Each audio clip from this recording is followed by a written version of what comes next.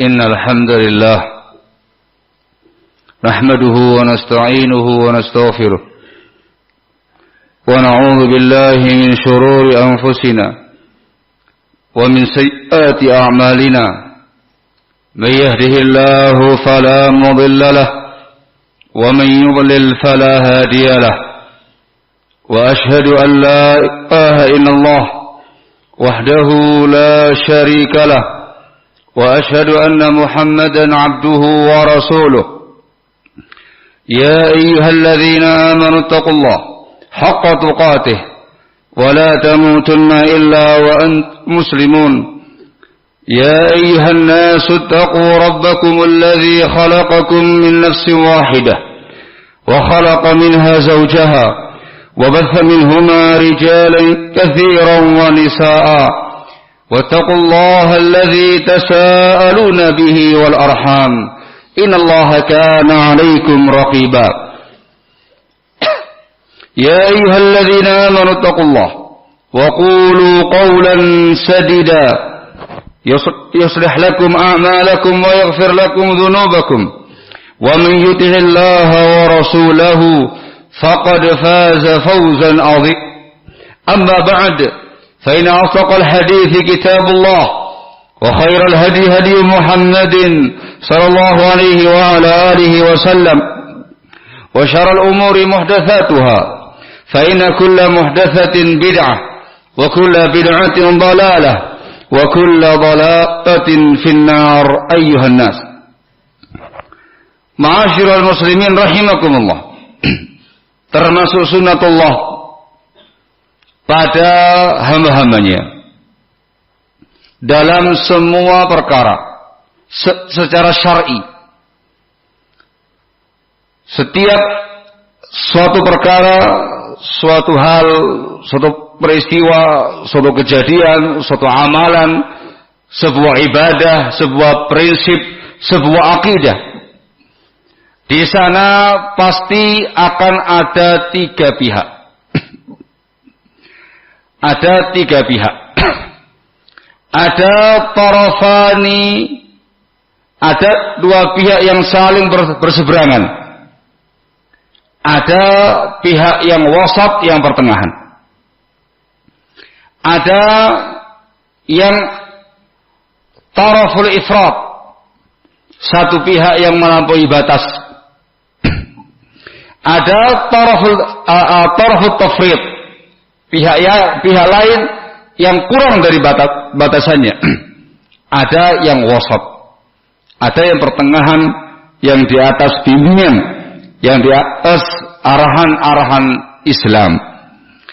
Ikhwan fillah azakumullah, terlebih dalamnya adalah perkara musibah yang menimpa seseorang, atau musibah peristiwa yang menimpa kebanyakan orang, atau peristiwa yang menimpa hampir semua pihak. Di sana pasti akan ada orang yang jatuh dalam sikap al-hulu, baik hulu dalam bentuk ifrat atau hulu dalam bentuk tafrid, baik melampaui batasan atau kurang dari batasannya. Tentu pula di sana ada yang wasat, yang pertengahan. Ma'asyiral muslimin rahimakumullah. Kejadian dan peristiwa atau musibah yang menimpa kita saat ini, yang sampai sekarang belum selesai, pandemi COVID-19 pun juga demikian.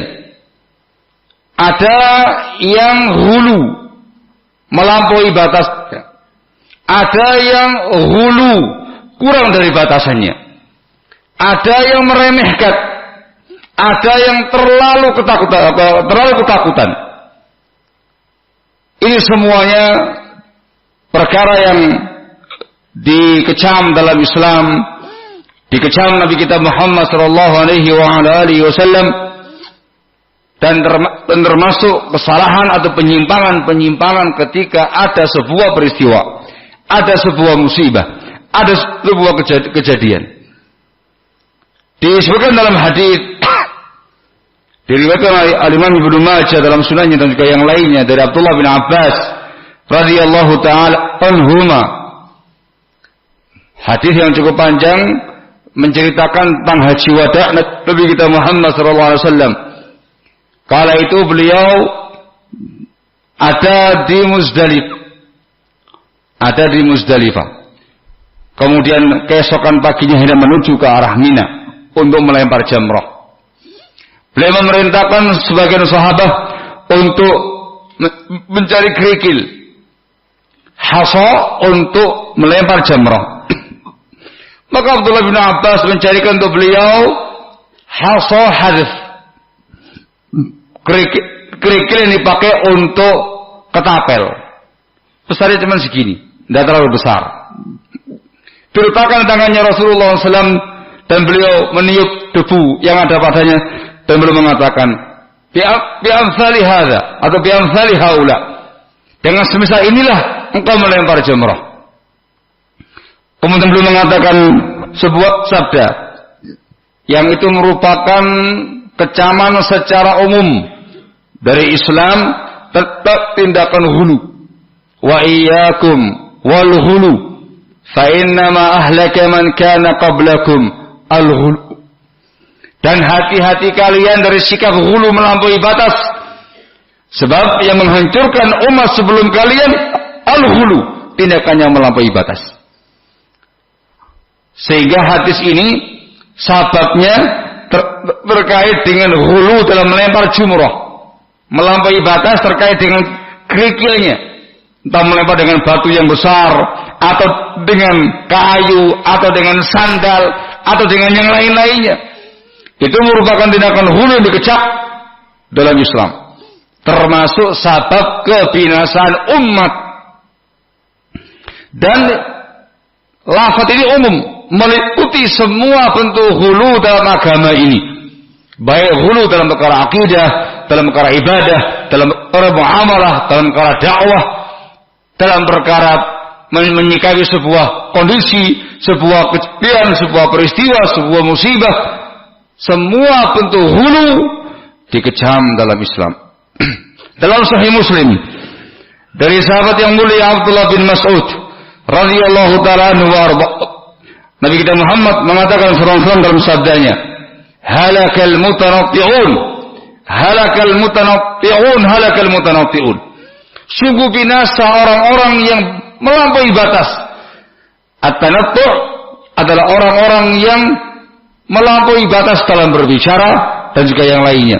Dibikin sefasih mungkin, dibikin seolah-olah dia adalah orang yang orator, takalluf dalam perkara seperti itu. Rasul mengatakan halaka, binasa. Binasa pada agamanya, binasa pada dunianya. Maka ma'asyiral muslimin rahimakumullah, termasuk dalam keumuman riwayat-riwayat di atas, sikap mujawazatul hadd, sikap melampaui batas, hulu dalam menyikapi sebuah pandemi. Sebuah pandemi. Jangan dibayangkan pandemi ini semata-mata sebuah penyakit yang menyebar. Namun di dalamnya, barakallahu fikum, terdapat penyikapan-penyikapan yang justru melanggar bimbingan Islam. Seperti yang diutarakan di awal, ghulu ada dua macam. Yang pertama adalah ifrat, melampaui batasan-batasannya. Bentuk hulu yang melampaui batas terkait dengan pandemi COVID-19 ini adalah sebuah penyikapan yang berlebih-lebihan, menyikapinya dengan rasa ketakutan yang amat sangat. Seolah-olah semua yang di sekitarnya itu orang yang positif COVID, dan di sebelahnya orang yang terkena penyakit tadi. Barang yang di dekatnya ada padanya penyakit tadi. Apapun yang di sekitarnya seolah-olah semuanya ada penyakit tadi itu. Ketakutan yang amat sangat. Ketakutan yang amat sangat. Sehingga tidak bisa beraktivitas dengan normal. Padahal pemerintah sudah memberikan kelonggaran, tetapi dengan protokol kesehatan. tidak keluar rumah sama sekali. Bahkan dalam rumahnya pun menyentuh anaknya nggak berani, menyentuh istrinya nggak berani. Ini sebuah tindakan yang hulu, yang melampaui batas dalam menyikapi sebuah pandemi. Secara medis tidak sejauh itu. Selama sudah cuci tangan menggunakan sabuk dengan air yang mengalir, selama Anda menggunakan masker sesuai dengan protokol kesehatan, insya Allah aman. Ketika di tangan Anda ada virus yang dimaksud, Anda cuci dengan sabun, dengan air yang mengalir, mati, hilang. Ketika sebuah benda yang diyakini ada virus padanya, dia dicuci, hilang.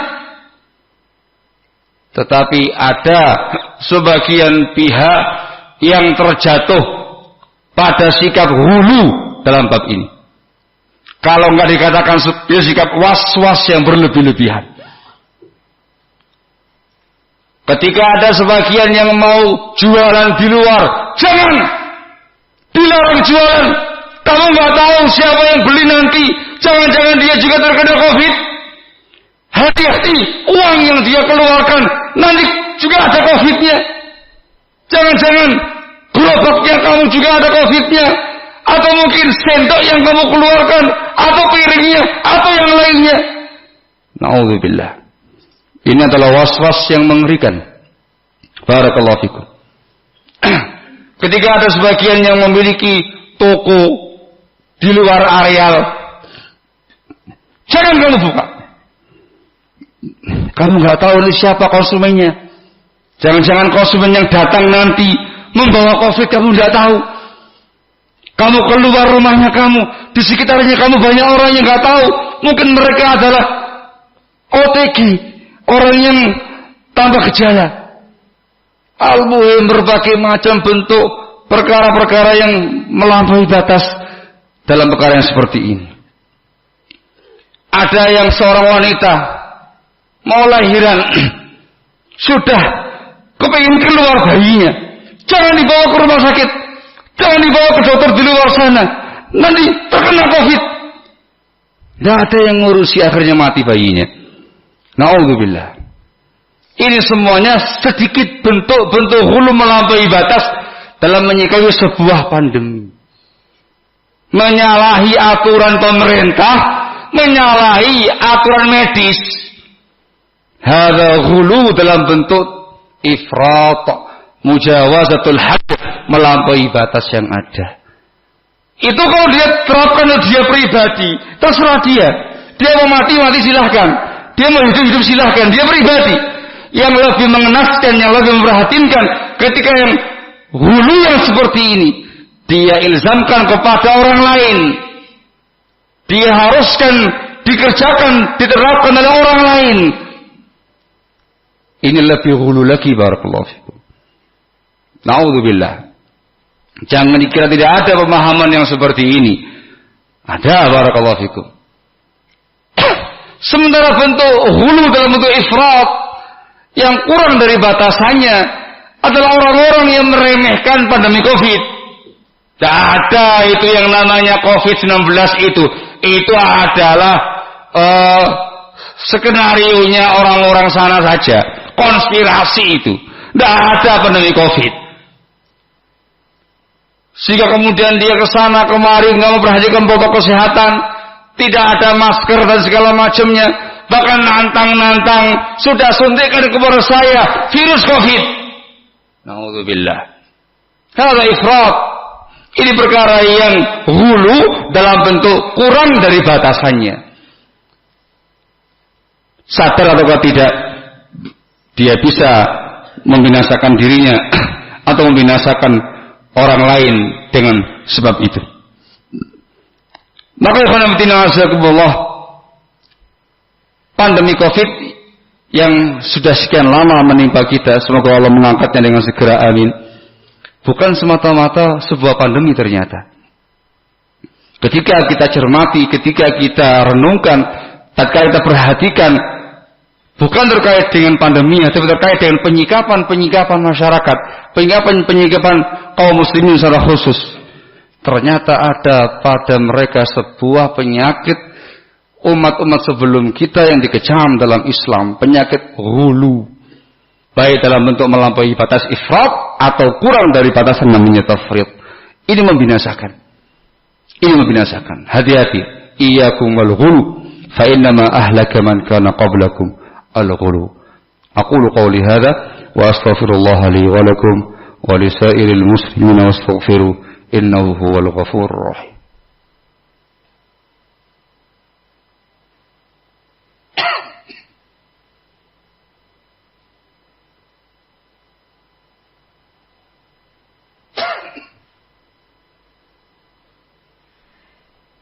Alhamdulillah wassalatu wassalamu ala Rasulillah wa ala alihi wa sahbihi wa mawala amma ba'd. Khairuddin azakumullah. Sikap pertengahan dalam menghadapi pandemi Covid-19 ini ialah kembali kepada bimbingan dua pihak. Yang pertama ialah bimbingan Allah, bimbingan Rasulnya sallallahu alaihi wa ala alihi wasallam.